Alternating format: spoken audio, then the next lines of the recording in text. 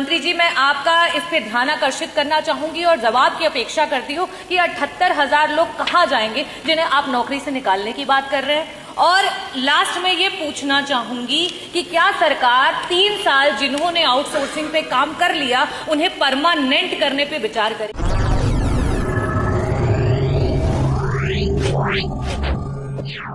अध्यक्ष महोदय, आपका आभार व्यक्त करना चाहती हूँ। आपने श्रम सेवायोजन मंत्री जी से प्रश्न पूछने का अवसर दिया।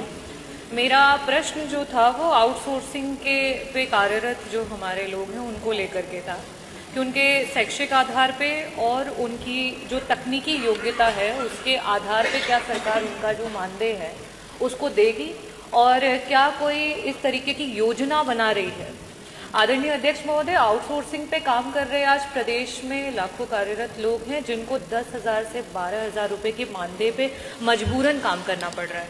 साथ ही साथ उन लोगों के काम का जो समय है वो भी कोई निर्धारित नहीं होता है। उनका जो एनवायरनमेंट है और खास करके जो महिलाएं हैं जो कर्मचारी आउटसोर्सिंग पे है उनका कहीं ना कहीं प्रत्येक दिन शोषण हो रहा है। टेंडर कंपनियां जो है उनके साथ जो है करप्शन करके उनका आए दिन शोषण कर रही है। और इसी वजह से क्योंकि ये आउटसोर्सिंग कर्मचारी अस्थायी हैं, 3 साल के बाद उनका कोई ठिकाना सरकार नहीं दे रही है और इसकी वजह से उनके भी माध्यम से करप्शन जो है वो धीरे धीरे बढ़ता ही चला जा रहा है। मंत्री जी, मेरा पहला प्रश्न आपसे ये है कि ये जो हमारे आउटसोर्सिंग पद पे नियुक्त कर्मचारी हैं उसी पद पे हमारे परमानेंट कर्मचारी भी कार्यरत हैं। क्या सरकार उन्हीं परमानेंट कर्मचारी के सापेक्ष में हमारे आउटसोर्सिंग के कर्मचारियों को भी मानदेय या उनको वेतन देगी?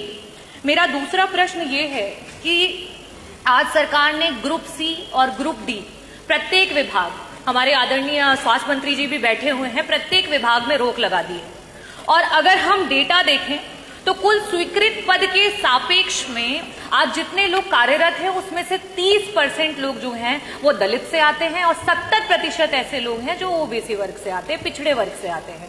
आज उन सारे परमानेंट नौकरियों को बंद करके आउटसोर्सिंग पर कर दिया गया है। मैं मंत्री जी आपसे ये पूछना चाहूंगी, पहली बात ये कि जिस तरीके से सरकार ये कह रही है कि इन आउटसोर्सिंग के लोगों को नहीं निकाला जाएगा, माननीय अध्यक्ष जी मैं आपको टेबल करना चाहूंगी।